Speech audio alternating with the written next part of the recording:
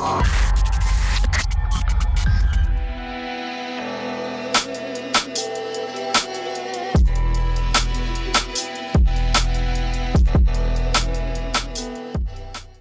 hello. You know what day of the week it is. It's Monday.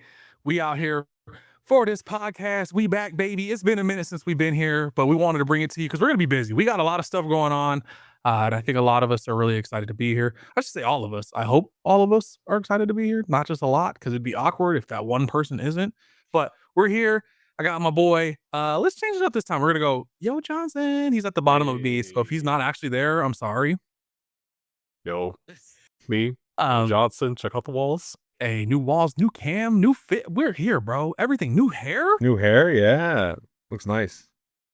Thank you. Let your boy borrow some, bro. I'm not taking the hat off, but if people that know, you know, you know. I'll ship it to you. Then we got That's weird. what? We got my boy Blake over here, down to the bottom right. What up? I got hair. Last, It's still here. wow, yes, everyone has hair but me. Last but not least, we got my boy Enyco. Yo, I'll just we're here to celebrate the new YoJohnsen and 4K, 2K, better K than what he was last time. We'll take any of the Ks at this point. No, we won't. No. 1K, 2K. No, we won't take 3K. We'll take 4K. Yeah. All right. So before we deep dive into tonight's episode, I do want to make a couple of announcements that we are really excited for. So we kind of did a mini Discord relaunch. Within the relaunch, we basically reorganized some of the stuff within the server. We cleaned things up. We're trying to make it a lot more streamlined and easier for you guys to navigate while you're in there. But this new update also, we are working on some new merch. That's not live yet, but hopefully we have it live within a week.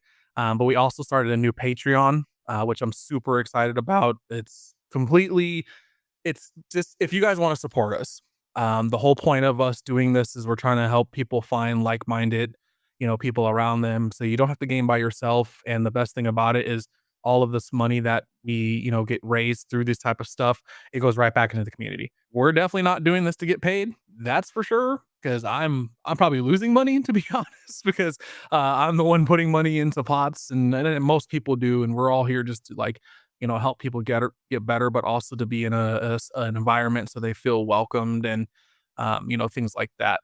On the fighting game side of stuff, we have started Battles at the Beach. That was our first successful one, was last week on Thursday. It went really well. That basically it's first to 5 grudge matches. So if there's somebody you always wanted to play against, you can go ahead and call them out.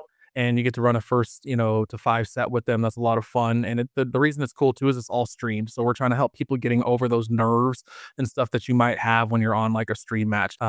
Maybe like a lower level players never had that. And when you finally are on stream, it is a whole new beast. If you've never been on stream, you wouldn't know what I'm talking about. But once you are, you know exactly what I'm talking about. And then the chamber actually comes back as well. That's our monthly that we ran last season. We are officially in season 2. The first event will actually be May 28th, which I'm really excited for that one. That's the last Thursday of the month. We'll run that every month for the last Thursday through October. And then November will be like the grand finals. And then one last call out, we start the Run the Set team event, which will be starting in June. So that'll be really fun. It's basically 6 teams. Each team has 4 players on it. The 2 best teams with the most points will play each other in like a championship match that will be streamed as well. So the reason we're bringing all this up is ultimately I'm also going to bring up, if you guys can do us all a favor and like, comment, and subscribe to the channel. The reason we're asking you guys to do this is because it actually really helps us grow as well. So we can reach out to other people and we can get more people into the community, because that's what we're all here for, is to help people find people that enjoy the same things that they enjoy. So before we deep dived in, I wanted to make sure that we brought that up. That being said, I think we are ready for tonight's episode. Yeah? Yeah. Right. Yeah, we ready. Yeah. So we're actually going to start this off a little bit different tonight. We're not going over what you're playing or anything like that, because let's be honest, half this room is playing Diablo right now. It is very good from my understanding. I get to do I don't want to say my favorite thing, but I'm just going to stop kind of talking because apparently I do that too much. So I'm going to let the floor be taken away by our two Diablo connoisseurs. Let's just start with, because I do want to hear a little bit from you as somebody who hasn't played as much recently as some others, but then also somebody who's played a lot of Path of Exile and some other games. I think you're a little more unbiased than I am towards this game, so it'd be good to hear some of your opinions. But just, for the people that don't know, Lord of Hatred came out. It is the second expansion, third iteration of Diablo 4, and in a lot of ways they finally got a lot of things right, and I think a lot of people are excited about it. It's not perfect, right? It's not perfect, a lot like YoJohnsen's camera angle, but they got a lot of work to still do, but it's in a really good spot finally. So I think let's start with you, Blake. I would just love to hear from you. Kind of, this is the most I've seen you stay in a season, I think, and since I've been on. So I'd be curious to hear from you, like what's changed with the expansion that's really made you hang in there longer this time. Initially, so I played Diablo on launch. I think we all played together when it first came out, and it got real old real quick because I played a necromancer and I played the corpse explosion miasma where it leaves it on the ground and nobody could see anything. Now that's the warlocks and I'm not playing that, so it's fine. The biggest thing that I think has kept me is the diversity of the endgame content. So coming from Path of Exile 1 and 2 even, there's like multiple endgame things you can do. You can focus on breaches, you can focus on, in Path of Exile, you can do all these different like uber bosses, and there's different levels of the maps that you could like really dive into. You could get real into, I'm going to make a mapper, I'm going to make a clear speed guy, I'm going to make a bossing character, I'm going to speed run the campaign and just do that over and over again. In Diablo now, you have like 5 or 6 different activities that you can do at the end game, and they added a thing called the war plans that kind of give you an incentive to do all of them. Some of them you can a little bit more specialize in, but you do them all to a point, and it's just enough of a difference between each one that it's still fun and refreshing to do the new stuff. Also, crafting was a huge thing for me in Path of Exile. You can craft like perfect items. If you find item with stat 1 that you want stat 2 and 3 on there, you can add it. It may take some RNG, it may take some fiddling with some of the mechanics, but you can get there. In Diablo, the first time we played it, it felt like it was just pick up stuff off the ground and hope you get lucky. And now with the new cube and with all of the new materials and some of the way that they changed the equipment dropping with the uniques having random rolls and stuff like that, it does feel a lot more rewarding to craft your gear and make it exactly how you want it to hit those levels of power. And you can definitely feel as you go from, tier 5 to tier 10 to tier 12, you can feel those little jumps in power of like, oh, I'm doing a little bit more. Let me crank the difficulty a little bit higher, get some better drops, make some better gear. You can feel that progression. And the other thing, they must have known that I played WoW for a long time, specifically classic WoW, and they dropped a bunch of cosmetics. They were all classic World of Warcraft related, and they're really cheap. They were incredibly expensive, way too much, overpriced, but I bought them because I FOMO, I guess, and I now feel like I'm obligated to get my time in with those cosmetics. Yeah, if anybody's played Blizzard games recently, Overwatch is the same way, right? But you're dropping what, $25 for a skin for one character. It's obscene. Absolutely crazy, right? But we all do it. We love them. At least in Diablo, you can see your character. In Overwatch, you can't even see your own damn character. Not if you're playing with a necromancer, you can't see shit. For not a necromancer, a warlock. Yep. Yeah. No, I think all the things that Blake touched on are a lot of the reasons why it's great, right? I mean, I've talked about it in a couple past seasons. Within 2 weeks of a season start, you're kind of done, right? There was nothing else left to do in a Diablo season. Where now here we are, almost 4 weeks in, and we're still trying to perfect gear. We're still, advancing our characters in ways, new builds. It still has a lot of broken elements to it, right? You still have builds out there that they're trying to fix with hot patches and some other hot fixes and stuff like that. But the war plans, like you said, it gives you the variety. It lets you kind of choose the variety path that you want to go a little bit. The campaign for the story was definitely one of my favorites in Diablo since 2, probably. And I don't want to spoil anything. The game's still a month out there, so I don't want to spoil anything for anybody that hasn't played it. But if you've played the Diablos, definitely do yourself get through the campaign. It's got some good twist as always. It's maybe, I think, a 10-hour campaign, 12-hour campaign, if that. But no, it's in a really good spot. It still needs some clan content, right? We would love to be doing some Moon Marauders clan content. If anybody's playing and they need help with the game, or they need help killing certain bosses, or they need to go kill Mephisto, or they need to go kill, Lilith, or any of the things in the game, definitely hit us up while we're in game. We have plenty of people in the clan, in the Moon Marauders clan in there that can help you out and help do that. Also, if you need help building gear or like figuring out how absolutely. your build isn't working, like the amount of time I've spent build crafting in PoE, I could take a screenshot of your character and you could just hover over all the gear and we could figure out why whatever XYZ isn't working if you're following a build guide or something like that. There's enough experience between at least the two of us to help you get whatever fix that's broken. Yeah, I'll talk as a more like casual level. So the wife and I started playing. I still haven't even beat like the original story. I want to say I got like 3/4 through it. I just didn't finish it. But we've been playing like the new season, and I will definitely say we've been having a good time with it. It is a lot of fun. I'm actually not playing a ranger for once. I'm playing the warlock. And it's just really cool. I love like the demon dude that comes out of the ground. He's just swiping at stuff. And so I was like, because normally I play like assassin or ranger and everything. So I was like, oh, I want to do something different. And I thought the warlock would look really cool after the wife explained it to me. And I have been having a blast with it. And it's kind of almost like, as somebody that doesn't play these kind of games, it was like, oh, this is almost like a magic necromancer is the kind of way it feels. But what I've been playing of I will say it does feel very daunting, especially if you've never played it. Like if you're just casually playing it and making like a build, it's fine. But I've been following like Icy Vein stuff to like help me level, and then I'm assuming you get to the end game and you like respec, kind of like Borderlands does. But while I've been doing that, we've been having like a blast. Like the story has been a lot of fun. The boss fights have also been fun, and it's just like it's a super cool game. So I can't even imagine like playing it with like 4 other people and the chaos that must be happening, because just with the 2 of us, we've been having like a good time with it. I am definitely a sucker for skins. I've already bought, I want to say 2.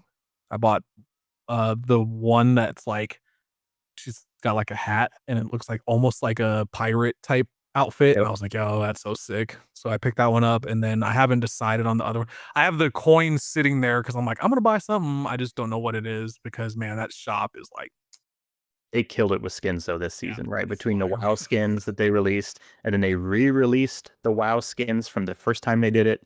That's when I picked up Sylvanas at that time. But then the Warlock skins, between the Castlevania style skins that they did for the Warlock, and just something like they killed it with the skins. And I guess I forgot to mention too, to what Duran was saying about when you're building your character, they really simplified the skill system a little closer to what you would have seen back in Diablo 2, right? Where you choose a couple core skills, you level them up. It used to be you had a real spirally tree. Now it's a little, I would say it's actually easier to focus on your build. And then in game, it allows you to really focus on fine tuning it through the Paragon system and gear, and not have to worry so much about your build. And it allows for a little more freedom, which is nice. But every character has been reworked from the ground up for the most part. I'll be curious to see where this goes, because right now there is a rumor out there of the next character possibly being the Demon Hunter, which would be really weird having a Demon Hunter and a Rogue in the game at the same time. But I guess there's been some hints at a dual handbow wielding character, which would be, that Vala Demon Hunter character from Diablo 3. So I'd be curious to see if that is anything. Usually Diablo leaks like this have always become true because Blizzard's not great at keeping secrets. But it's good, man. Give it a shot if you haven't played it. It's a fun game. They have free weekends that come up from time to time. So join us and we'll get you into the clan, and we're all more than happy to help you out. So one other thing too, coming from Path of Exile 2. Path of Exile 2, when they first released it, they added WASD movement. Yep. And I was like, I don't think I'll ever be able to touch another Diablo or anything else that doesn't have WASD movement after playing Path of Exile 2. I went back and tried to play D2R when they put the Warlock in there and did, all the new stuff for that, and they just couldn't stay with it. In D4, they have the WASD movement, and you can full set it up and add. I think that's one of the main reasons I'm stuck with it. They added the WASD, the WASD movement back when they did the Paladin launch, and I converted to it right away when the Paladin came out because I was playing Path of Exile at that time. It's incredible. I just have a hard time playing Diablo that way. And then I sit there halfway through an Infernal Horde wondering why my finger hurts because I'm nonstop clicking instead of just moving around with WASD. I need to convert back to it. But I think I've just played so much Diablo. I'm just so used to the old school way. But 100% agree. The WASD movement in those type of games is night and day better if you give it a shot. I think Absolutely. that's probably Somebody that doesn't play those games, bro. Like when I first played PoE 2, I was like, this is so much better. Because my biggest issue I've always had with Diablo, and I don't play as much as you guys do, but like you hold shift to stay still. Yep. So like I'm trying to attack and I'm clicking and they're running off, and I'm like, that's not what I want you to do. Just stand there and shoot the damn. Because you don't actually click the guy, you click slightly next to the guy. You missed a couple pixels, and now you run towards him. Yeah. I think that's the first thing I did when the season dropped. I was like talking to Britt, like, yo, how do I change this? Because we are WASD in this. We are to this point. Like, I think it's funny hearing myself play with her, and you just hear on her end, and I'm just like thinking back, and you can go backwards.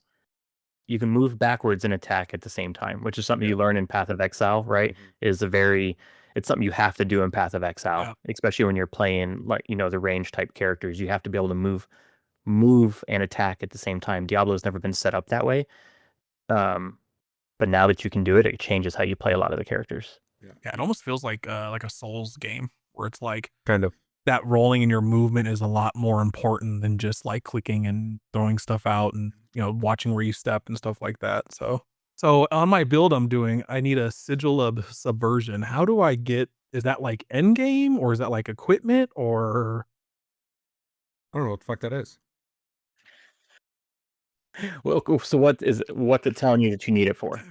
So it says my suggested skill bar and everything else I have, and then the last one I have I don't actually have, and it's called Sigil of Subversion. So I don't know if it's something because it's not in my like leveling path. It's probably your like class specific bonus buff. Like paladins have their oaths that they unlock at a certain point, and you get to use your different oath, and it does something for your class. Warlocks is probably that sigil of whatever. It probably augments how your build works. Two things I will say. To just get through the campaign, I would very strongly recommend closing whatever fucking build guide you have on the right-hand side of the screen, on your other monitor, whatever. Close that build guide, just play the game. Don't skip any cutscenes. The first time I played through the whole campaign, I didn't follow any builds. I didn't look at shit. Have fun. Just have fun. Just have fun with it. Just fuck around with items. Oh, this skill looks cool. I got a new thing. Let's try it out. Go out, kill some shit. I don't like the way this works. Take it back off. Put on the other thing that you were using. The first playthrough I did that. I just fucked around and did whatever I wanted. And then now when I go back, I know what I like. And I really want them to buff certain things on the paladin so I can play with these skills that I leveled with because I liked these skills. But now that I'm so high up and so strong in the game, I have to play a certain way to keep progressing strength. I will say, until you beat the game, don't worry about a build guide. If you're just playing it at a casual level, you don't need a guide to walk you through how to click from point A to point B and kill stuff in between. The game is balanced in a way that you can do that without a build guide. You can wear whites and complete the game. Yeah, Sigil of Subversion is a skill. It's a warlock skill. So it should be in your skill tree somewhere. That's one of the purple ones. But to his point, the game is really built to where you can play any skill tree you want and play through the campaign. Yeah. You may not be able to play it like on Penitent or expert or anything like that, but you can play through the game with any skill tree. And for example, like I really want to play a multi-shot rogue this season. Multi-shot was one of my favorite things from Diablo 2 is the multi-shot Zon. I was happy to see that there's a true multi-shot build. I played through the campaign with multi-shot. I played all the way to end game with multi-shot. But but unfortunately multi-shot's bugged right now to where it doesn't work with a thing called combo points, so it's very limited. It's one of those things that once they fix it, it's going to be really good, but until they do, it's kind of limited in what it can do. So I had to switch my build to progress past T10 up to the T11, T12, and fighting bosses. So the game's really built to, you can probably get every build in the game can probably go up to like Torment 8 at the very minimum. Even if it's like a jank homebrew, so. you just found some random item off the street and you're like, I'm gonna build a build around this item. You could probably get up to, like Nick said, T8 just doing that, making sure you have the right stats, finding upgrades, that sort of stuff. But the best thing to do is just play what you're having fun with, because you'll spend time in game if you got into it really perfecting a build, but it's a lot more fun if you spent all the time before that just enjoying other builds, and now then you can then switch and then perfect one. Because there was one thing that I just could not find. Well, we could link up afterwards too, and share your screen. That was not it.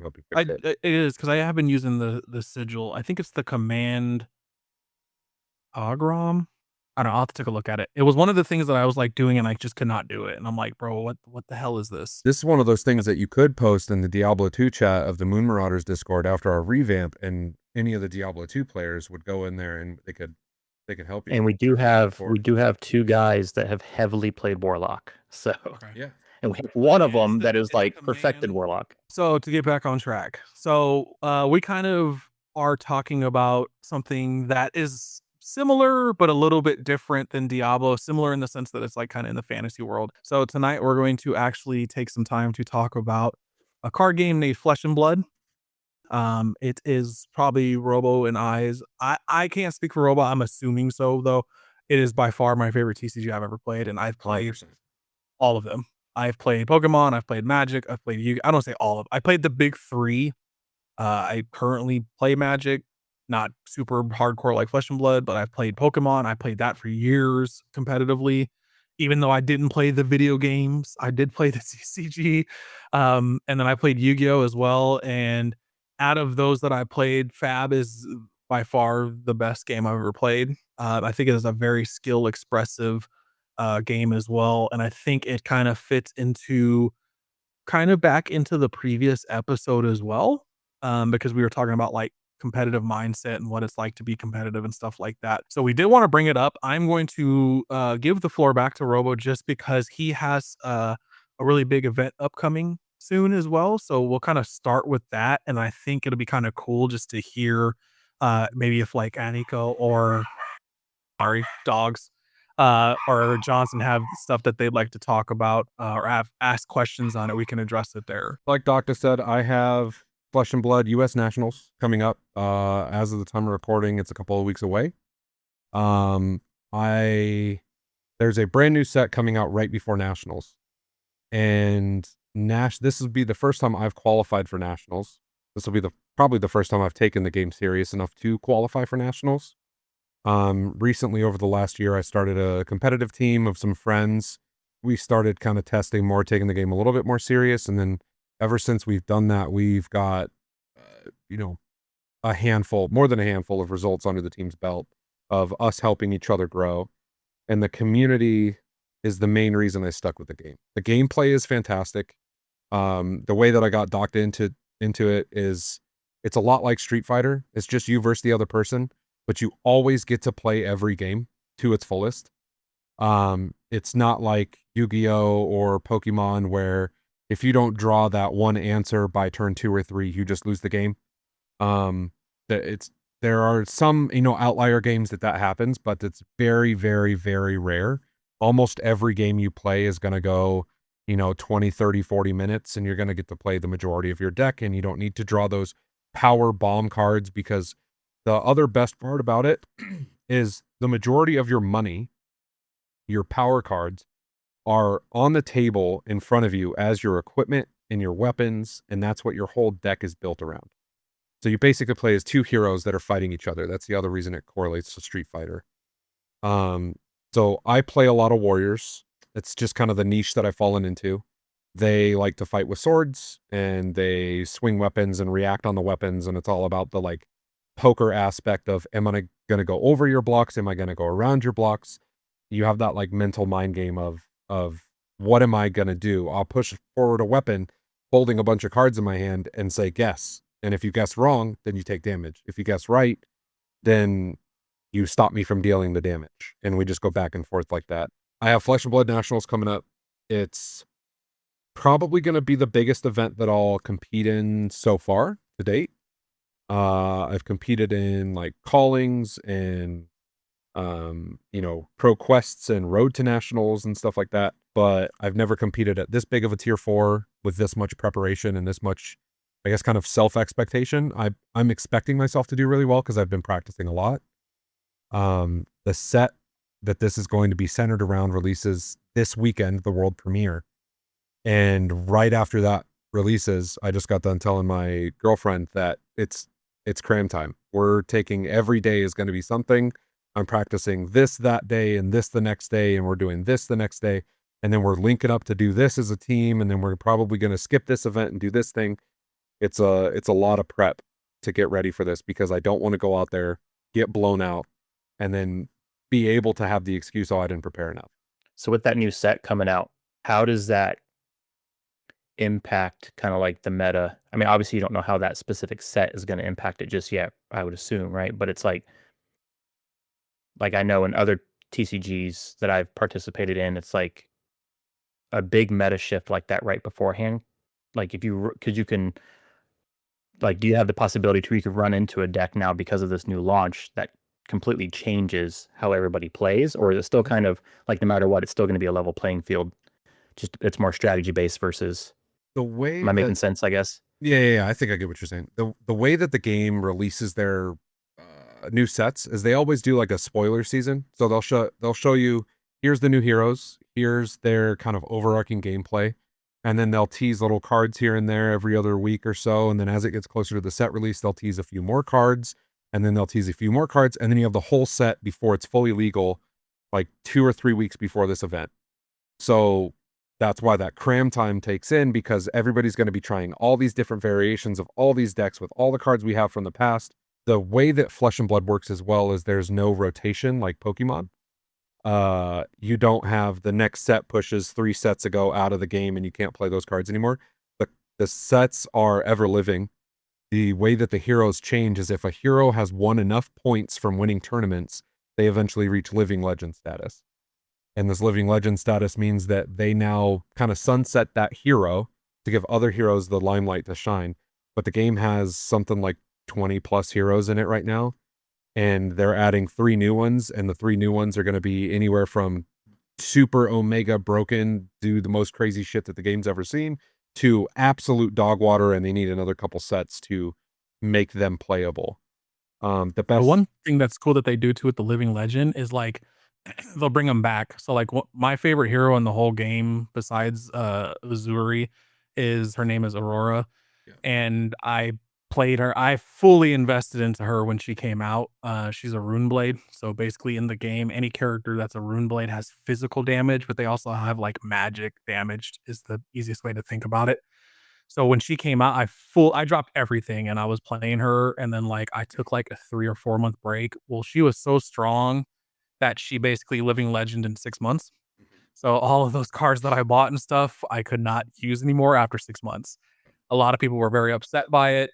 She was a huge fan favorite. Well, she's returning in this new set. Yeah. So again, I'm all in again. So that's what's cool about it, is like the living legend, but they'll also reprint heroes that are fan favorites. So it's like, oh, I really like this character, but don't worry, she's coming back. They generally keep the same sort of aesthetic, but they'll tweak their hero ability slightly, or they'll change the card pool that they're able to play. So plain character. Same sort of character. So I'll send some images over to the editor, and hopefully he can put up the 3 new heroes. It's going to be a Cilio. They came out with Aurora initially. He's like a lightning wizard. There's going to be Aurora, who's returning lightning runeblade, and then Ziggy, who is a lightning illusionist, which will be the first time we've seen that talent class combo. So it's a whole lightning themed set, and these 3 new heroes have a card pool that they've already been able to play. So we've been able to test kind of some lines here and there, but they're missing just that little bit, and that little bit will be fully revealed this weekend. So real quick question, because some of the stuff that you brought up about like lightning illusionist and like different classes. It sounds really interesting. Um, I'm assuming the point of the game is to knock out the other like champion or hero, and get them down. However it works, I've never played, so I'm not sure if it's like life points, hit points, or whatever. Yeah. But what is I guess what is kind of like the general game plan, and like what are some of the things that cards can do, um, in between a match? Like with the illusionist, are they able to set up other cards and player has to guess which card is the correct one to actually attack them? Because that sounds pretty cool. Like, Kinda not really. So there's what they have classes, and that's like your illusionist, wizard, runeblade, warrior. That's the class, and then they have talents, which are like a variation or a sub variation of that class. So you have lightning illusionist, you have light illusionist, you have draconic warrior, you have earth wizard. You have these different variations of that class. For example, like illusionist, this game plays the most like a fighting game, where I have 40 life, you have some variation of 40 life. Maybe it's a little bit less because you're overpowered and they balance with the life totals. But 40 life is kind of the standard. Each hero has a 4-card hand. Some edge cases aside, you start with a 4-card hand. You play your hand, and if your opponent is playing their hand at you, your hand is attacks, actions, resources, and defense all at the same time. So if you block with a card, it has a defense value on it. If you block with a card, that card is no longer in your hand when you go to attack, because you don't draw up on the beginning of your turn like most other TCGs. You draw up at the end of your turn. So I play all 4 of my cards, I draw new cards, and then you get to play your cards. And if I block with any of these cards that I'm holding in my hand, I now have 2 cards to play at you on offense. So it's this kind of tit for tat back and forth, and life total is a resource as well. So if my hand is really good and you have a really good hand, you send your full hand at me, I take all the damage, and then I play my whole hand. That's kind of how that game plays in. And then there's other classes that aren't as aggressive. They have disruption. Think like guardians, brutes, the illusionists they have disruption that says like on hit, you discard. So you're kind of incentivized to block it all the way out, but then you're losing your offense to block it. But you get to keep the cards that you want to keep. It's this I real. just want to say thank you for not bringing up assassin Yeah, we don't talk about assassin. disruption. wait, why? He brought up there's these classes that do all this disruption, and I play assassin, and everybody complains that my class is so strong, and he brought up disruption and didn't bring up assassin. There's a reason I didn't bring up assassin is because assassin has stolen the warrior's identity, and they are just warrior with on hits.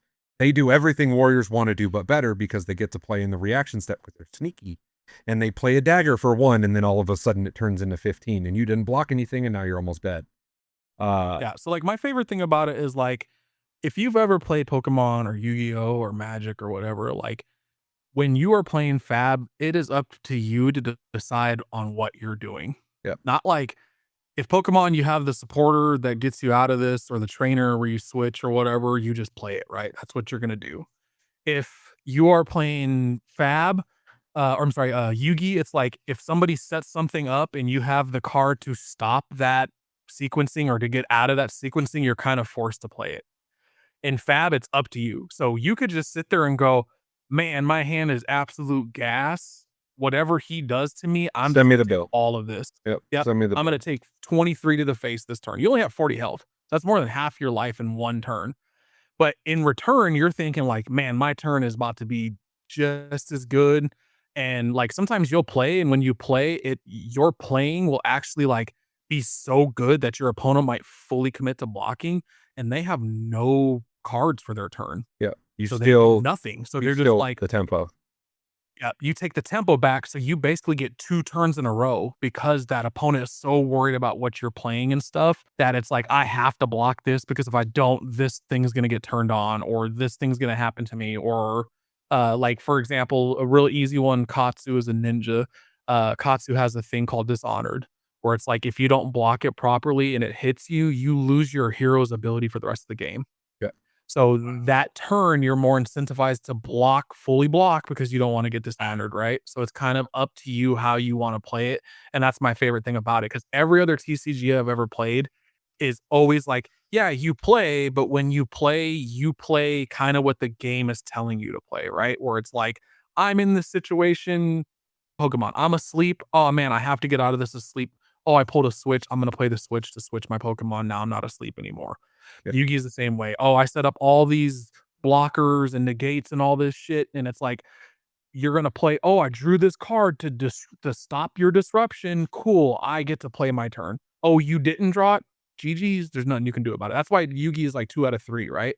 Where versus Flesh and Blood, bro, it's like what, a 50-minute round? 55-minute round. 5 minutes of that is sideboarding, changing cards, setting up the game, and then you have 50 minutes to play your full game. Yep. And I would say on average, And it's most best of one. games go 20, 25 minutes. Yeah, for There are most some games that go 55, but like, and then there's some that that's go what I 10. loved about it. Yeah. Yeah. But that's what I loved about it is when he first showed me the game, I was like, holy, like shit, I get to play the game. I get to play the game how I want to play the game. And like, I remember playing Pokemon and going to regionals, and I teched in an unknown. I played one copy of it and I got to regionals. And anybody that knows, when you play Pokemon, you draw until you get a basic starter, right? So then you put the starter up and that's what you're stuck with. 2 matches in a row, I drew my tech unknown that I put in the deck. I was running one of them. So out of 60 cards, I was drawing, was it a 7-card hand in Pokemon? So you draw your hand, and I drew the same one basic Pokemon that I'm running one copy of out of 60 cards. And it just sucked to sit there and prep for something so hard. And I remember because it's like Nick and I were still playing at the same time, because I remember he was asking me like, oh, send me your set list or your deck list. And I sent him like, this is what I'm playing, blah, blah, blah, blah, kind of thing. And just to sit there and practice so hard and then finally get there. And it was just like, You have I drew no one say. tech card, Yeah. and I just died. There's nothing I can do, and that was like the worst feeling in the world. So I'm kind of curious because overall the game sounds pretty fair and balanced. This is just, somebody who hasn't played based off the way you guys are describing it. It sounds really awesome, the flow of the battle, like, hey, I could either use this card for defense or attack. It's really up to, what I decide. So based off of that, is there anything that is just like meta breaking where it's like that's pretty unfair, like in Yugi or well, mainly Yugi, because that's the only game that I really like truly got into, where it's just like, hey, I'm just gonna sit here and I'm gonna play with my cards. There are occasionally cards that are like super meta breaking or meta defining. LSS, Legend Store Studios, they have adapted a newer policy on how to ban stuff. So like we were talking about this new set coming out, how that's going to change the meta. They've already preemptively said, like months ago, when the set drops, these cards are going to be banned, because these cards in combination with the cards that we're dropping are going to be super giga broken. They're not going to function correctly. There are also cards that when those heroes were legal before, Aurora, she had this card that was misprinted and it caused a lot of issues because the card was way stronger than they wanted it to be. So they have preemptively banned that. There have been cards that are super giga broken, overpowered. For example, I think one of the most broken cards in the game is Acilio's weapon right now. Acilio, he's a hero that's in the game currently. They're printing version 2 in this next set. He has a staff. He's a wizard. He plays this combo turn. It gets +1 for every lightning card you play. And then at the end of the chain, you've played 20-something lightning cards because you're just comboing the fuck off. And then you play one spell and add all 20 of that to that one spell. And it's like, here's my combo that's doing 20-something damage on top of the fact that I'm going to end it with 20 damage. And that card itself, if they allowed it to continue into Omen's release, it would be the most broken thing we've ever seen. But because they're banning it now, it's not going to be that bad. This hero is the best hero in the game because people have figured out how to play against the variants of that deck. That deck plays a lot of instants that don't do a damn thing. It plays a lot of shitty attack actions that don't really do anything, but it plays one card that says every time I play an instant, I can pick it back up and play it again. And then they have all this equipment that works in a synergy to let them play that one card over and over and over again. So they get to charge up that weapon and blast with it. But I think once they nerf that weapon, it's going to be fine. There's another card that was super giga broken that was called Bonds of Agony, and it comes in for 1 damage, and it's a blue, and it's a block 3, which that stat line is very strong because it's the most resources you can have, the best blocking you can have on a standard card. But it comes in for 1 damage, and then if you've played, what was it, 3 attack reactions on the card, it got +3, so it would be for 4, on top of what those 3 attack reactions did. And then if it hit, you got to look at your opponent's hand, take a card out of their hand, and then go look through their deck and their graveyard and find any other copies of that card, regardless of color, and banish them from the game. You could. So here's I'm an 3 assassin totals. player. You could take 2. You could take 2 cards, Yeah. so it's 3 total cards. This card is the card that, like, when you said that, I don't know if you heard me lean into the mic and go, because that is the card that gets so much hate because it was very hard to block. And the reason, the way Fab works is when you go to block and you commit whatever you block up front, you then have a reaction phase to block afterwards. So if you didn't, like, I could play a Bonds for 1 and say you give me, I'm going to block most cards. Let's say they block 3. Say you go, I'm going to give you 9. So I'm going to give you 3 cards. I could say, cool, in reactions, I'm going to do nothing. So you just fully committed 3 cards to me and I did nothing to it. But on the other hand, I could go, my whole hand is just going to pump this card because I'm in my reaction phase. I'm going to play these 4 other cards that now made this 1 value card become 15. And you only blocked 9 on it. And then you take 6, so you lose health on top of the fact that they get to pull the last card out of your hand and then go through your deck and take any copies of that card that they want to take. And then the worst part about all of it is they make you shuffle your own deck after they take the cards out. It's the most BM shit in the fucking game. When they pull cards out of your deck, they go through it. They go, I'm going to take this and this and this. Oh, by the way, go shuffle this. But the issue is, like, and this is like, I'm going to speak to Bonds in particular. The issue is Bonds, yes, it was very good when it first came out. But as other sets released, they released more cards that helped Bonds. That's where the problem really started. Yeah. Bonds was strong. I'm not downplaying it. But there was a card that basically said, if you have this card out, you can play this card on it and it turns into a copy of whatever card you want. Yeah. So you could turn a card into Bonds. And it was like, why would you print this shit? Yeah. It's called Take Up the Mantle. It's still there. It's like, it's still an assassin. You could turn anything into Bonds. card. So it'd be like, oh, here's this do nothing dirtily attack that's not scary. Oh, haha, joke's on you. It's Bonds. And I've already played 1 of my 3 reactions to get this to trigger. It was obscene. And the amount of games creeping in video games, right? Where you're like, you play Overwatch and then you go and play Overwatch 3 years later and you're like, what the fuck? Yeah. I remember when I was playing, Ryan had a hammer and Soldier had a machine gun and like that was it. Yeah. So another question real quick, because I know Magic has this, but are there different formats to play in when it comes to Flesh and Blood? There are. So that's the other reason that cramming is going to take a lot of place after the set's revealed. They have draft. So they'll release sets that are draftable. I don't know if you've played like Magic. There's draft in Magic. They have sealed, which is a sealed deck. You get 8 boosters. You get to pull a deck together out of those 8 boosters and play that deck against other people that did the same thing. Classic Constructed is the main format. That's like the most competitive standard format.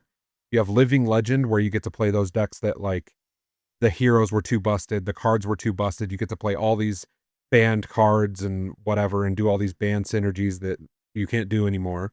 And then they just unveiled a new format maybe 6 months ago called Silver Age. It's the closest to something like Pauper or Commoner or like a low-level format. You have half the life that your hero would normally have. You only have access to commons and rares, and you play a smaller deck. That format is kind of the entry-level format. Like, oh, I want to get into the game. I want to see what it's about. They have these pre-constructed Sage decks, Silver Age, that you can buy for $20. And their whole thing was your $20 ticket to a $2 million prize cup. There are competitive events that you can play Silver Age at. So when we go to Minneapolis, there's going to be side events alongside the main Nationals event that are going to be Silver Age. And you can play in those Silver Age events with your $20 deck that you just bought, sleeved up, and play. you could potentially win thousands of dollars in prize support or win some fancy tournament that's a side tournament. That format, I notoriously hate the low life formats, draft, sealed, and it used to be blitz. But now with Silver Age, it's actually a lot of fun. And the biggest thing, the biggest takeaway from Flesh and Blood is the developer of the game. He made this statement forever ago, and it's always rung with me. I put it in every deck list I make because it's like my quote to live by. A game of Flesh and Blood is meant to be won by the accumulation of many small good decisions. So in Sage, that accumulation of many small good decisions is a lot shorter. You have a lot less time to make those decisions. But in Classic Constructed, the game that most people play, your every little incremental point of value will accumulate over the course of the game, and eventually it may look like you're losing, but over the course of the game, you've got all these little incremental points of value to where now you're even, and you started off losing, and then you keep getting those incremental points of value, and now you end up winning the game because you were just playing cleaner and had those little incremental points more so than your opponent. There's two things I want to bring up as well. So like, that was like my biggest issue with Yu-Gi-Oh! Is if you played Yu-Gi-Oh! Competitively, the pricing was dog shit. Like, just being honest, bro, it's really bad. Like, you'd go out and win Worlds or like a big championship, and they'd be like, here's an air fryer, Nintendo Switch 2, and here's a Yu-Gi playmat. And I'm like, bro, I just won Worlds. Like, what? Like, it's really poor. And their kind of reasoning was because the original creator wanted it to not be about money and stuff like that. Well, Fab, you win like high money. I want to say World is like 300,000 or something like that. If you win it, like it is big money. It is not like cheap. And that's what I like when you get rewarded for the time that you put in, right? And then another thing to bring up is when he's talking about like those incremental decisions. And that's why like I've tried to get like all of my friends that are like competitive people into this game, because it's the same thing as like video games, right? So it's like you're playing Counter-Strike, Overwatch, Rivals, fighting games, whatever. You're doing these choices, and these little choices that you're making are impacting how your game is being played. And Fab is the same way. I've never played a game that is so much like a competitive game, like video game, as Fab is, where it's like these little choices you make. Oh, I only leaked 1 damage here, but that 1 damage had this thing happen because of it. Or, you know, just deciding when you're turning that temple on versus off. And that's kind of how like a lot of competitive games are too, right? Where maybe you didn't take an angle right in a shooter and you die because of it. Well, guess what? Bet you won't do that again. Like you'll figure that out. And that's how like Fab is. It's just very rewarding for that. And that's what I really enjoy about the game. To kind of echo level. Duran's point, first place at US Nationals gets $10,000. They get a trophy. They get a gold foil legendary black envelope, which is effectively like a trophy card. They only print gold foils for tournament winners, and it's some form of equipment, so it's always on the board, and it's like a fancy version of that equipment that you can only get from winning. You get exclusive Nationals winning playmat, and you get an invite to the World Championship if you get first place. If you get second place, you get $4,000, a gold foil, the playmat and the World's invite, and then it goes down. Third through fourth is $2,500 and a gold foil. Fifth through eighth is $1,200 and a gold foil, and it goes pricing all the way down to 64th. You'll cash out. So if you get 64th place at the Nationals, you'll still make $250. So you have to qualify for Nationals. You do. So they do a whole like road to Nationals qualifying season where you go play in your local LGSs. So like here for me around Colorado Springs, Denver, that local area, you go play in these events. And if you get top 4 in one of those local events, you get an invite to Nationals. This year, however, they did it where if you get top 4 or you had a specialized XP pool of the amount of experience you got at these events. So I went to, I think it was like 6 RTNs. I top 8'd 4 of them, something like that. And I could not win that last game to get into top 4. And so I ended up qualifying off of XP, which feels kind of shitty to say. It's kind of like a pity invite, but I'm gonna make You're the budget. saying I'm there's gonna a chance. I'm gonna make the most of it. Yep. I mean, top 8 at 4 fucking nats. Hell yeah. Give me some credit. But I'm gonna make. He's underselling a couple of things because the gold foil, it can be very expensive. So like when Aurora was being played, one of the guys on our team won a gold foil starfall, and that's the name of her weapon. And I was Yeah. like, y'all want to buy that off of you, bro? That shit was $600. Yeah. And I'm like, I guess I'm gonna rock this 25-cent version for a little bit longer because there's no way. And then the other thing is like, sure, he did not win any of those, their Road to Nationals RTNs, but I also think it's because he played a weaker hero. He played Fang, who he's been playing, and Fang is a warrior, and warrior is notoriously like not as strong as everything else. Kind of. It's probably like B tier. Like in like the grand scheme of things, it's probably a B tier. So that's what I love about Fab 2 is you could play a hero that's not as strong and be playing into the meta. And like, bro, if you're just cooking like, and you know the matchups, you can outplay people. So like we just had, what was it? San Pablo was last weekend. Sao Paulo. San Pablo There's no B. was top 8, was 5 different heroes of the top 8, and like you don't see that a lot in card games. It's In most usually, TCGs like Magic and stuff like that, it's like 7 of 8 are one deck, and then the 8th is the deck that was trying to target those decks. So if there's just real quick, so if there's people in our Discord that are wanting to learn more about the game or maybe watch the game, is this something that, one, I would encourage anybody to go? We do have a trading card channel now. Go check it out. Go post in there, ask questions about it. But is this something that we could get loaded up in TCG Simulator, right? And people could learn to play, or so there's like actually, if people showed interest in this, is this something that we could even show some people how to play, possibly? Yeah, there's actually a really awesome tabletop simulator mod to where you could play it on TTS with anybody around the world. The reason the game is called Flesh and Blood is because it was developed right before COVID, and the idea was there was going to be no online client. There's not going to be like a Pokemon Live or a MTGO. They want people to play the game in the Flesh and Blood. That's the reason for That's the game. what tabletop simulator is for, right? Right. So we can So play TTS this, has it, and then there's actually like a crowd funded this, I think it's like a handful of developers made an online client that you can literally take a deck list and import it into this online client and play against people all over the world. It's called Talishar. It's basically just a web browser client.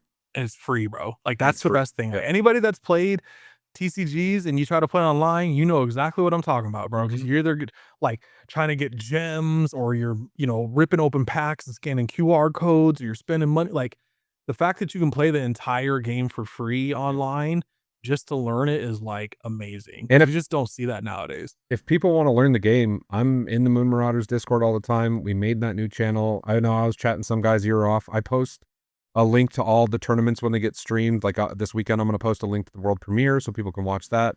If you're interested even remotely and you want to test it out, give me a ping. We can set up a day. I can show you some of the cards. We could set up a learn to play. I could teach people how to play it online. Maybe you get super interested and you want to go to your local LGS and start getting into it. I could help you find through the account creator that they have for the game. You can find local stores when they host their events, what type of event they're hosting. I could help you get all that set up and help you start playing at your local stores. I could help however you need it to get into this game. This is one of those few games where like I have ADHD pretty bad, and I'll get into something and I'll hyper fixate for 300 hours and then I'll drop it. But I've played Flesh and Blood for 3 years. The biggest part of that is the community. I've met very few bad eggs in the Flesh and Blood community. Most people are super dope. They're all willing to help you. They'll help you grow. Hell, I've even told people how to beat my deck. Oh my God, it feels like you're cheating. How do I beat this? I said, I'll send you my deck list. Go play 10 games of it online. You'll never lose to it again because you'll know exactly what the patterns are and what I'm trying to bait you into. You will when you run into Blake. But outside of that, you will never lose to it again. Yeah, because now I know that you know how to beat it, so I know how to beat the fact that you know how to beat it. So yeah, I do want to give a shout out to basically like our sister team. So for people that don't know, we kind of briefly talked about it before. Blake's team is called the Iron Route Raiders. I'm a part of it as well. We have other members as well. And we can actually post a link to I know they did a vlog for one of the guys actually just went to Japan. So that's another cool thing that people don't really talk about with Flesh and Blood is it's worldwide. So like they do world tour. Like don't get me wrong, they do stateside stuff too, but like the company that makes it's from New Zealand, so it's not even stateside. So they do all these events and people travel to this stuff. So we can make sure that we drop a link in the description to the Japan visit. And then I'm sure they're going to get like footage as well from Oh yeah, when we go recording to nationals. Minneapolis as well. There's going to be like we'll link all that. 7 of us all traveling together up there, and we're all staying in an Airbnb, and we're all going to be going to the tournament to compete together. And we're all from the Springs. We all know each other. We play every week, so I'm going to be recording that. We're going to do a vlog for that too. Lastly, we do have something that we have been talking about, but we've never had the opportunity to do, and I'm really excited for it. So we're going to end off with a segment called Overrated versus Underrated. So the whole idea of this is basically every time we record moving forward, somebody, maybe even multiple of us in the chat will basically think of something that you think might be overrated or underrated. But the kind of trick is nobody knows what the person's going to bring up. So it could be as something as like, I love spoiled milk. I think it's underrated. I don't think anybody would ever say that. But What a could be the choice. conversation. So tonight we are giving that pleasure to YoJohnsen. Yeah, so the spoiled milk, definitely underrated. You know, I love shit in my brains. Oh no, you know that's getting clipped, bro. Yeah, Man, that's short. Russ That's short. King with Infinite as the editor, you messed up, bro. My one that I want to bring up is In-N-Out. I feel In-N-Out is overrated. Oh, okay. I fully 100% agree. I know where Duran stands on this. This I gotta think about. This is tough, bro. So here's what I'll say for you, Duran. Here's my counter because Duran likes In-N-Out. The reason I will agree that it's overrated is because it is extremely hyped, and I mean extremely hyped. Like if you've been in a town, like if growing up in Colorado Springs where they didn't have In-N-Outs, right when I lived there, if you ever talked to somebody that lived from Cali, like yo, In-N-Out, that's the best thing ever. I mean, they're talking to you like this is the Jesus of cheeseburgers, right? And you have it, and you're like, it's fine, right? Like it's not. I'm not going to say it's bad, but I mean, these people who love In-N-Out like love them some It's In-N-Out, a man. cult. Oh yeah. It's a cult. We just started getting them out here in the Springs, and it's a cult. Like it'll be 3 o'clock in the morning. You drive by, there's a line out to the fucking Walmart next door. It's incredible because it's Not very In-N-Out. It's so bad. I don't even okay, so as far as overrated, underrated goes, I will agree that it is overrated. I do think that In-N-Out makes a very solid fast food burger. The biggest reason I say it's overrated, bro, them fries is Thank you. ass, bro. Like It may be the worst fries in the fast food is industry. bad, dude. Yes. They And might the as fact well that you not need to sell put them. cheese on and animal style and all this shit to make it so And I it's want to still eat it, ass. bro. Yeah. Like You know how you fix it, right? You go to McDonald's, you order a medium fry, and then you go to In-N-Out and order the rest of your food, and then you're good to go. bro, you could take it a step. Go to any fast food joint over In-N-Out, and their fries are better because them shits taste like cardboard deep fried, and Yeah, people it's bad. love it. The It's burger crazy to me. is good, bro. The burger, like, Burger's good. so if we're talking about like fast food burgers, right? Now, I'm not talking about like a sit down, like Red Robin or Five Guys or stuff like that. We're talking purely fast food. I think In-N-Out has to be at least like top 3 or 4. I mean, call me nasty, but I honestly, like, if you sat me down and I absolutely had to choose between like In-N-Out, Whataburger, Burger King, and we'll just stick with those 3. Like, I'm going with Whataburger. But you love the okay? taste So of it. let's make this more interesting. Give me your top 3 fast food burgers. So you Whataburger go would be wherever up you there. want. Yeah, Whataburger would be up there. The spicy, like, it's like a spicy burger that they have. Sweet and spicy. Amazing. Sweet and spicy. Oh my God. Yeah. I love it. I will say too, because and for the Colorado Springs people, the Whataburger there is different. Oh yeah. Really? And I'm telling you, Yes. go to Kansas City or Texas, and you'll get a much better Whataburger experience than in Colorado Springs. I would disagree. You mean It's about the same. It is different, but It's not it's the the same. experience is It's not the same. on that same level of subpar. Pause. It's not We the same. have to give Oh. backstory on why Robo doesn't like Whataburger. When he first moved out here to live with me, I was like, No, "Bro, I know gotta where take this you is to going. Whataburger." I know where this is going, and that is not why I don't like Whataburger, bro. Whataburger. And as Johnson was saying earlier, I don't know what it did to him, but he was shitting his brains out. I'm So lactose intolerant. he had the Whataburger. Yeah. So, yeah. That shit came out like water. It So, started as a bro. burger. I will say that we have Whataburger out here now, and there's one pretty close. I've eaten it frequently. I still think that Whataburger and Sonic are on the same tier of burgers. The only reason Sonic is better is because you can get fancy drinks. I would agree as far as the drinks go. Whataburger is, if somebody came to me and said, I've never had Whataburger, how would you describe it? I would say it's a Sonic burger, but much better. It's a I would say it's the same style because I agree that, like, if you had to really dive deep and describe a burger, those are the two that you would say are similar. But there's one is like if one was cooked on the ground and then the other one was cooked like on an actual grill. I would All say right, Johnson, what are your other two? You got Whataburger as one. So let me think. If I had to say other two, like I said, call me nasty, but Carl's Jr. Oh man, I like some love Carl's me some Jr. Carl's I'm with Jr. you. I like some Carl's Jr. Slaps. the West Jr. is my number one.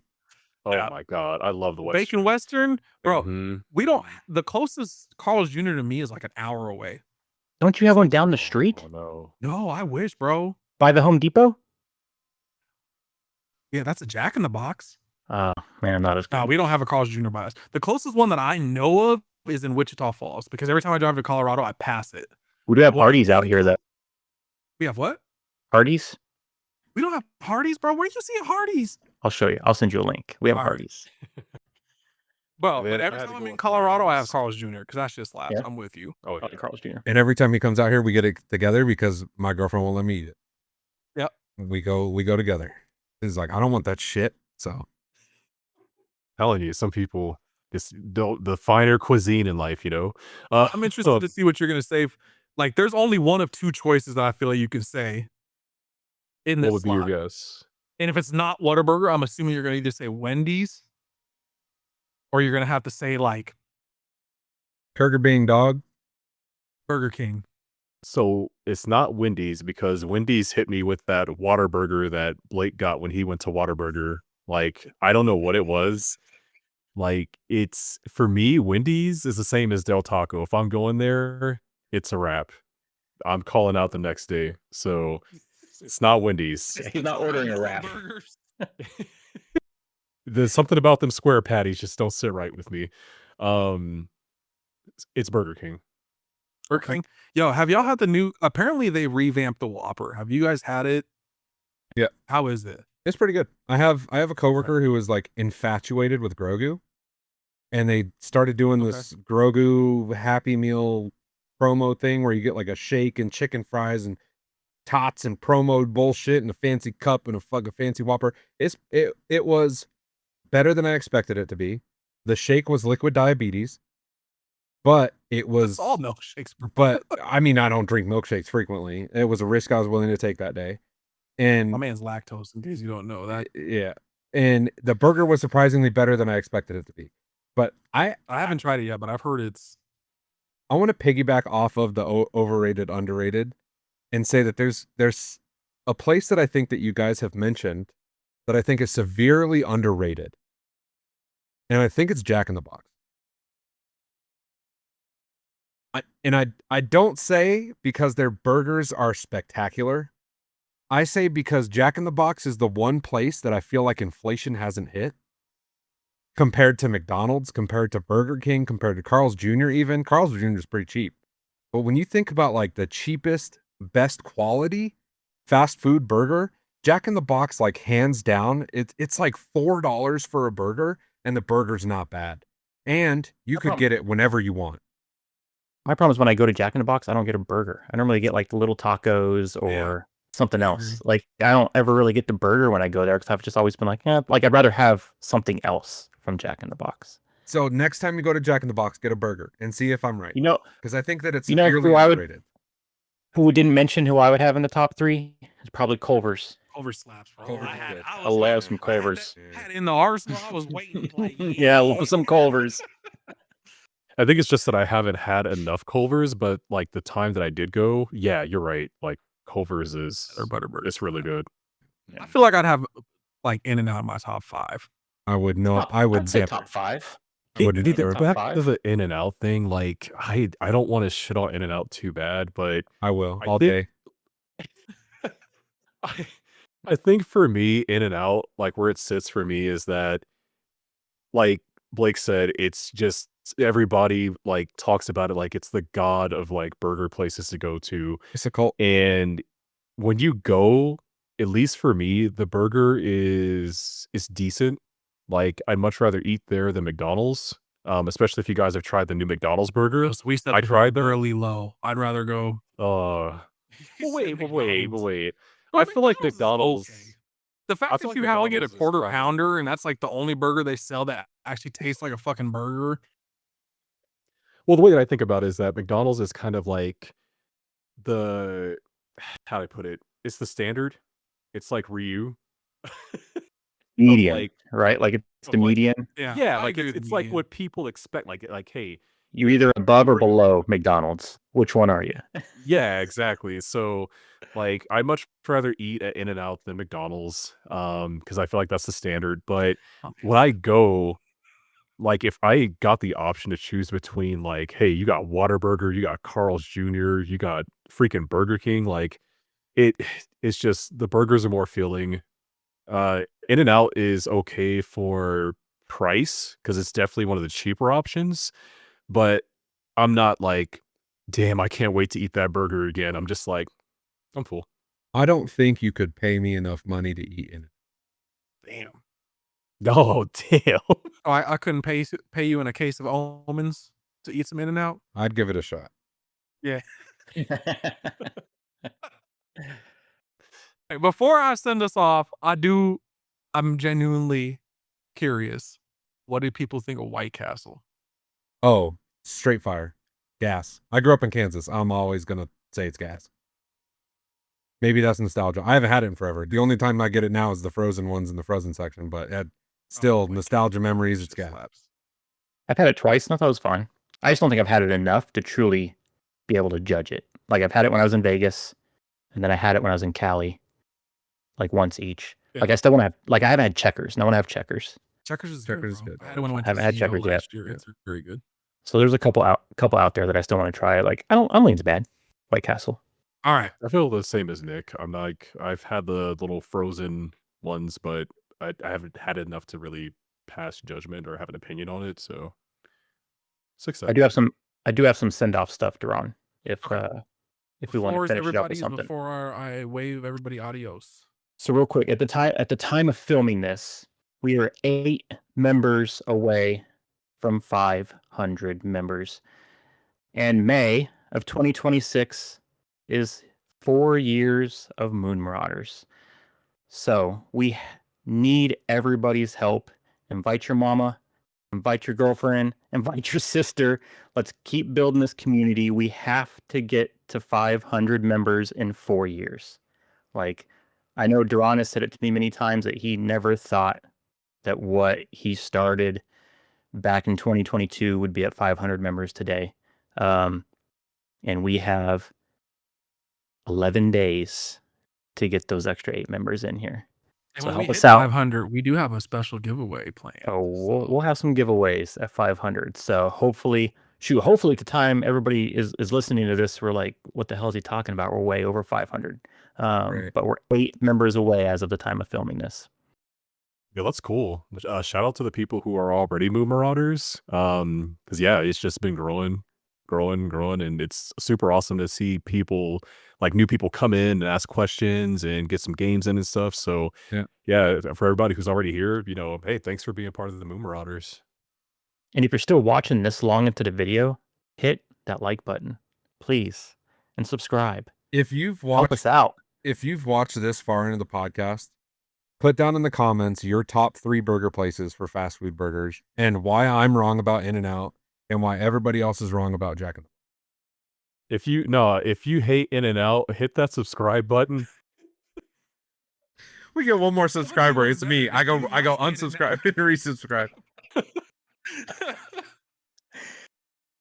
All right. Any other send-offs? Look for me on the U.S. National stream for Flesh and Blood. I'll post the link probably when it starts. Keep an eye Make out. sure we get it in the. Keep an eye out. I'll be up in the top tables, hopefully, or I'll be off the side drinking my sorrows away. We'll find out. Yeah. Keep an eye on the new Moon TV channel. That's where we're going to post a lot of this content. If you haven't already, go into the channels and roles section of the Discord. Turn on the role for Notify Me. That's how you'll be notified every time a video has gone live, a stream has gone live. And in that Moon TV section is where we will continue to post Moon Marauders content so it does not get lost in all the chatter and people can go view it. Yep, and to kind of piggyback off of that, we can totally cut this part if this isn't the case. I'm not sure if we're working on doing this just yet, but if you guys do have some cool clips of you guys doing some stuff in games, such as Rivals, Street Fighter, whatever it might be, please feel free to reach out and let us know, because we really want to start giving back and showing more about what the community is doing, gameplay, stuff like that. And we are getting more into streaming as well. So please stop by Friday Rivals night. We usually try to get a fat 6-stack in there going and just have a good time. Yeah, I think the plan is to use the self-promo channel for clips, right? Is that where we're going? Go in there and post them. We may even rename it, but yeah, self-promo. Post highlights, post, funny videos of you playing, you dying, you living, whatever it may be. We want to see what y'all are playing and what's going on in your games. So, yes. All right. That being said, I'm glad you guys hung out with us. I know we're a little bit over an hour, but like I said, we're trying to be really organic with this, and we didn't finish in one sitting. What's wrong with 2? What's wrong with 3? We're going to be here, and we're always available if you guys need stuff. So appreciate y'all hanging out to the end if you did. And if you know somebody that knows somebody that's mama's baby's daddy, likes to play games or is a nerd, have them join so we can hit that 500. So I'm inviting my cat. Yep. He's inviting the Longborn. They'll be there.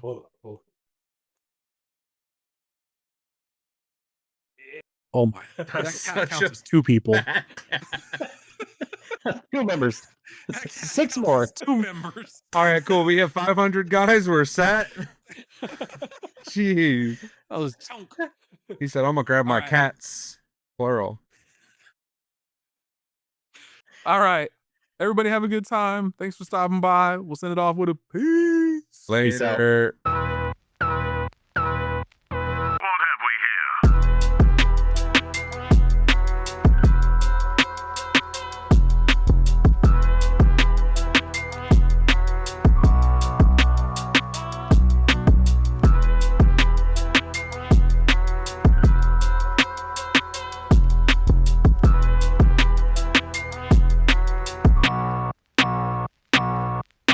Is this the strength you've been searching for?